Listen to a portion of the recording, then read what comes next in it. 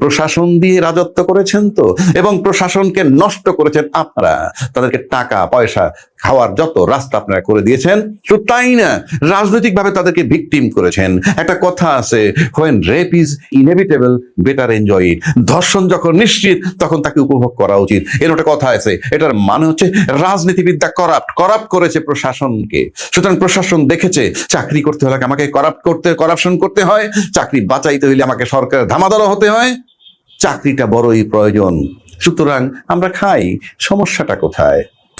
আওয়ামী লীগ সরকার পতিত হওয়ার পর ইউনূস সরকারের শুরুর দিকেই বলেছিলেন যে বিচার না হওয়া পর্যন্ত, তাদের যে মানবতা বিরোধী অপরাধ তারা করেছে সেটা বিচার না হওয়া পর্যন্ত যাবতীয় কার্যক্রম স্থগিত থাকবে, এই ধরনের একটা কথা বলা হয়েছিল। কিন্তু শেষ পর্যন্ত ওই সময় যখন বলছে, তারপরে সেটা অফিসিয়াল ভাবে কার্যকর হয়নি বা পদক্ষেপ নেওয়া হয়নি। উপদেষ্টারা চিন্তা করেছিল, তারপর নানান কারণে এটা হয়নি। তো সম্প্রতি আজকে থেকে হয়তো 2-3 দিন আগে এই আওয়ামী লীগের যাবতীয় কার্যক্রম, রাজনৈতিক কার্যক্রম নিষিদ্ধ করেছে সরকার প্রজ্ঞাপন জারির মাধ্যমে, সন্ত্রাস দমন আইনে। এবং তারা রাজনৈতিক কোনো কার্যক্রম করতে পারবে না। ইভেন তারা সাইবার ওয়েতে অথবা সোশ্যাল মিডিয়ায় কোনোভাবেই তারা তাদের কার্যক্রম পরিচালনা করতে পারবে না। আমরা বিভিন্ন টকশোতে নানান জনে নানান কথা বলেন, এবং আওয়ামী লীগ যথেষ্ট শক্তিশালী এবং তাদের কয়েক কোটি সমর্থক দেশে বর্তমান আছে। আমি এগুলো নিয়ে চ্যালেঞ্জও করছি না, এবং এটাকে আমি অবজ্ঞাও করছি না, অবহেলাও করছি না। কিন্তু প্রশ্ন হচ্ছে যে এরকম একটা সরকার ক্ষমতায় আছে, যেই সরকার একেবারে আমরা দেখতেছি প্রশাসন শতভাগ কোঅপারেট করছে না, কিন্তু সময়ের ব্যবধানে আস্তে আস্তে সেটা বাড়ছে, কোঅপারেশনটা বাড়ছে। কেন? আমার কাছে মনে হয় যে প্রশাসন সিস্টেমেটিক্যালি বাড়তেছে বা তা নয়, বাড়লে তারা শুরুতে, কারণ যখন যে সরকার থাকবে প্রশাসন তার কথা শুনবে, তার আন্ডারে কাজ করবে।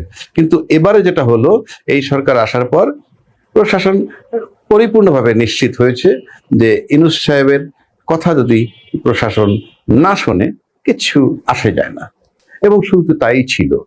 কিন্তু ইউনূস সাহেব খুব সুকৌশলে মোকাবেলা করতে করতে এমন পর্যায়ে তার লংজিভিটি বাড়ছে, প্রশাসনও কাজে নামছে।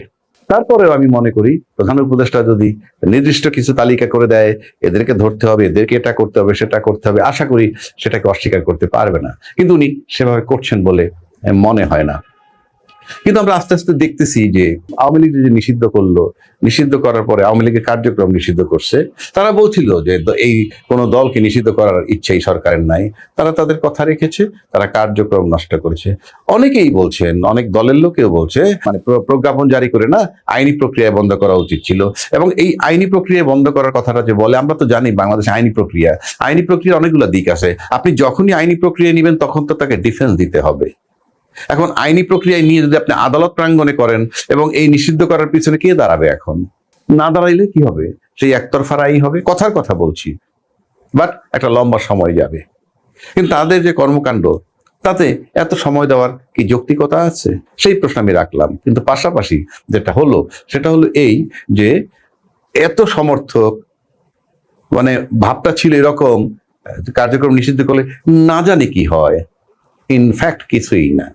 আবার এই প্রশাসন নিয়ে যদি আপনি রাজত্ব করেন, তাহলে তো প্রশাসন নিয়ে রাজত্ব শুধু আপনারা কেন, যে কোনো লোক করতে পারবে। আমরা বাংলাদেশে কর্পোরেট দেখেছি, বড় বড় কর্পোরেট, তারা আওয়ামী লীগের পতিত সরকারের কত মন্ত্রী টনক ধরে নেড়েছে। একটা মন্ত্রীকে 4 পয়সা দিয়ে পাত্তা দেয়নি এমন কর্পোরেট বাংলাদেশে বহু আছে। শুধু শেখ হাসিনাকে কেয়ার করছে না, তাও না, কারণ যা মন চায় তাই করেছে। শেখ হাসিনা কিছুই করতে পারেনি, কারণ টাকায় বিক্রি হওয়া যদি দল একটা থাকে, এরা কি করবে? বলা নাই কওয়া নাই, শুধু টাকায় বিক্রি হওয়া, এরা কি করবে? পাওয়ারের জন্য কারো পিছে পিছে ঘোরা আর শুধু টাকা মারা, এরা কি করবে? আর তাদের জন্য যদি কেউ বলে হাজার হাজার লোক হত্যা করার পর আইনি প্রসেসে যাওয়া, যারা বলছেন 16টা বছর কিন্তু তাদেরকে রাস্তাঘাট গ্রামে গঞ্জে কোথাও দাঁড়াতে দেয়নি, ঠিক তারা এই কথাটা বলে। এই ব্যথা রাখার জায়গা নাই। যদি কৌশল হয় যে না আমরা জানি সরকার বন্ধ করবে, তারপর এটা বলছি, তাহলেও বুঝতে হবে যে পতিত সরকারের ভয়ে তারা অস্থির বলেই অথবা কৌশল যে আমরা এই দল নিষিদ্ধ করার পক্ষে ছিলাম না। যাই হোক, ছোট হয়ে আসছে আওয়ামী লীগের পতিত সরকারের পৃথিবী। কেন বলছি? হেভিওয়েট প্রেসিডেন্ট ছিলেন দেশের মধ্যে, জানি না তাকে কি অপশন দিয়েছে, তবে সে যে চলে গেছে সরকার জানে এবং যাওয়ার সুযোগ দিচ্ছে।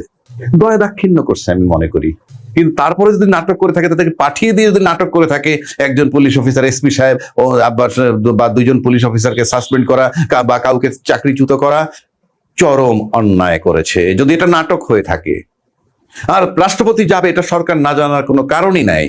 সুতরাং বীরের মতো কাজ করতে হবে। যদি বলেন যে হ্যাঁ আমরা পাঠিয়ে দিয়েছি, কিন্তু লুকোচুরি করলে তো সেই একই চরিত্র সবার ফুটে ওঠে।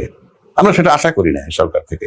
বলবেন তো বীরের মতো, ইয়েস পাঠিয়ে দিয়ে যা, বের হয়ে যা দেশ থেকে, কারণ দেশের ভিতরে থেকে আবার তোমরা অর্গানাইজ করে একটা তোমাদের মতো যাদেরকে আমরা নিষিদ্ধ করব তাদের লোক চলে যাওয়া উত্তম। আমার মনে হয় আইভি কে গ্রেপ্তার করে তাকেও হয়তো অপশন দেওয়া হয়েছিল। উনি হয়তো বীর হতে চেয়েছেন, বীর হতে যে কারাগারে গেছেন, কিচ্ছু আসা যায় না। এত লোকই যদি থাকবে, কই একটা আন্দোলন কোথায়? প্রশাসন দিয়ে রাজত্ব করেছেন তো, এবং প্রশাসনকে নষ্ট করেছেন আপনারা। তাদেরকে টাকা পয়সা খাওয়ার যত রাস্তা আপনারা করে দিয়েছেন। শুধু তাই না, রাজনৈতিকভাবে তাদেরকে ভিকটিম করেছেন। একটা কথা আছে, when rape is inevitable better enjoy it. ধর্ষণ যখন নিশ্চিত তখন তাকে উপভোগ করা উচিত, এর একটা কথা আছে। এটার মানে হচ্ছে রাজনীতিবিদ্যা করাপ্ট করেছে প্রশাসনকে। সুতরাং প্রশাসন দেখেছে চাকরি করতে হলে আমাকে করাপশন করতে হয়, চাকরি বাঁচাইতে হলে আমাকে সরকারের ধামাদারও হতে হয়, চাকরিটা বড়ই প্রয়োজন। সুতরাং আমরা খাই, সমস্যাটা কোথায়? আপনি যদি গড়ে তুলতেন ওইভাবে, দেখেছেন পার্শ্ব প্রতিক্রিয়া কি? এই সরকারের পার্শ্ব প্রতিক্রিয়া কি হয়েছে? মারবো এখানে, লাশ পড়বে শ্মশানে। কর্ম করেছেন বাংলাদেশে, লন্ডনে চলে গেছে আপনার বোনের মেয়ের মন্ত্রিত্ব। তারপরে পার্শ্ব প্রতিক্রিয়া কি হলো? থাকলো ক্যান্সারের মতো রেখে গেলেন আপনি রাষ্ট্রপতিকে। রাষ্ট্রপতিও টিউমার হিসাবে রয়ে গেল সরকারের মধ্যে। আর সেটার থেরাপি হিসাবে, যেহেতু রাষ্ট্রপতি থেকে গেছে, থেরাপি হিসাবে বা কেমো হিসাবে কি করলো? সাবেক রাষ্ট্রপতি আব্দুল হামিদ সাহেবকে বহির্বিশ্বে পাঠিয়ে দেওয়া হলো, আইভিকে গ্রেপ্তার করা হলো, বাকিরা নিশ্চুপ হলো, মমতাজকে গ্রেপ্তার করা হলো। অনেকের ভিতরে ভয় ঢুকে গেছে যে যাদেরকে নিয়ে কথা হচ্ছে 626 জন কোথায়? যারা দেশে আছে আমার ধারণা পর্যায়ক্রমে গ্রেপ্তার হওয়ার পালা তাদের আসছে। অর্থাৎ আবারও বলছি, ছোট হয়ে আসছে পতিত সরকারের পৃথিবী। রাজনৈতিকভাবে কাউকে আমার শক্তিশালী মনে হয় না বাংলাদেশে। কারণ রাজনৈতিকভাবে শক্তিশালী হইতে হলে জনগণকে ভালোবাসতে হবে, জনগণের তাদের ভালোবাসায় সামনে চলে আসবে, যা বলবে তাই শুনবে। করেছেন লুটেরা, পেট মোটা হয়েছে 3 কোটির আওয়ামী লীগের সমর্থক বলেন বা অন্য যে কোনো দলের বলেন, 3 কোটি লোকের নামে ক্যাশ করে আপনারা 1000, 2, 4, 5, 10 হাজার লোক আঙ্গুল ফুলে না, শুধু কোটি কোটি টাকাও নয় ডলারের পাহাড় করেছেন। কেউ আপনাদের পাশে নাই, কর্মীরাও আপনাদের পাশে থাকবে না। কেন থাকবে? কর্মীদেরকে ফেলে রেখে আপনারা পালিয়ে গেছেন, কেন থাকবে? সুতরাং এই ইউনূস সাহেব এই আওয়ামী লীগের কার্যক্রম নিষিদ্ধ করে একটা এসিড টেস্ট করেছেন, যে অর্থাৎ আপনাদের কিছুই করার নাই, পঙ্গু রাজনৈতিক দল। আর এত জনসংখ্যা আমার কাছে মনে হয় কোনোটাই গ্রহণযোগ্য নয়। থাকলে আমরা দেখতাম, কারণ আয়না ঘরের ভয় নাই, বুলেটের ভয় নাই, বিনা বিচারে হত্যার ভয় নাই, গুমের ভয় নাই। তারপরও আপনাদের কোথায়? প্রশাসন নিয়ে রাজত্ব করেন, যে সমস্ত প্রশাসনের রাজত্ব সেই প্রশাসন বহাল তবিয়তে আছে। আজকে তারা বুঝতেছে যে না, পারতেছে না। প্রশাসনের টপ লেভেল আমরা জানা আছে, পারছে না।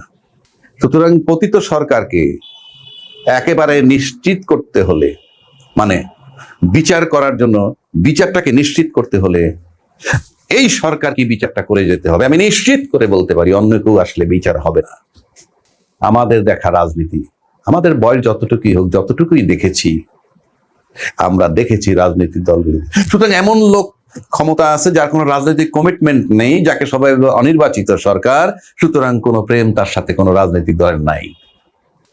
আর পতিত সরকারের সাথে বিন্দু মাত্র প্রেম যদি এই সরকার দেখায় অন্তত কাজে কর্মে, তাহলে কিছু করতে না পারলেও ঘৃণা করব। সুতরাং আমরা চাই পতিত সরকারের মধ্যে যারা অপকর্ম করেছে তাদের বিচারটা হোক। ছোট হয়ে আসছে আওয়ামী লীগের পৃথিবী। ইনশাল্লাহ আমরা চাই তার বিচারটা হোক, সেজন্য থাকবে আমাদের দোয়া এই সরকারের প্রতি। আর সরকার যদি জনগণের সাথে মোনাফেকি করেন, এজেন্ডা আপনাদের থাকবেই, কারণ এজেন্ডা ছাড়া কেউ চলে না। আর প্রত্যেকেই এজেন্ডা বাস্তবায়ন করেছে, যখন যে ক্ষমতায় থেকেছে ক্ষমতায় বাধ্য। তবে বিশেষ করে ক্ষমতা লোভী যারা, তাদের ভিতরে নির্মমতা গ্রো করে এবং নির্মম হয় তারা। অতীত সরকার সেটা স্বাক্ষর রেখে গেছেন। দেশের জনগণ এর প্রতি, যে সরকার নির্মম হবে না তাকে তো জনগণ লাইক করবে। এর মানে এই জনগণের যে নির্মমতা নাই বা পক্ষপাতিত্ব নাই সেটা বলবো না। কেউ তো ধোয়া তুলসী পাতা বা বঙ্গগ্রহ থেকে আসে নাই। সুতরাং আমরা মনে করি যে দৃষ্টান্তমূলক একটা বিচার হওয়া উচিত, যাতে ইউনূস সরকার চলে যাওয়ার পর বাংলাদেশের রাজনৈতিক দলগুলোর ভিতর থেকে এই ক্ষমতায় আসবে, আমরা তাদেরকে চিনি, তারা যাতে স্বৈরাচার হওয়ার সাহস না পায়।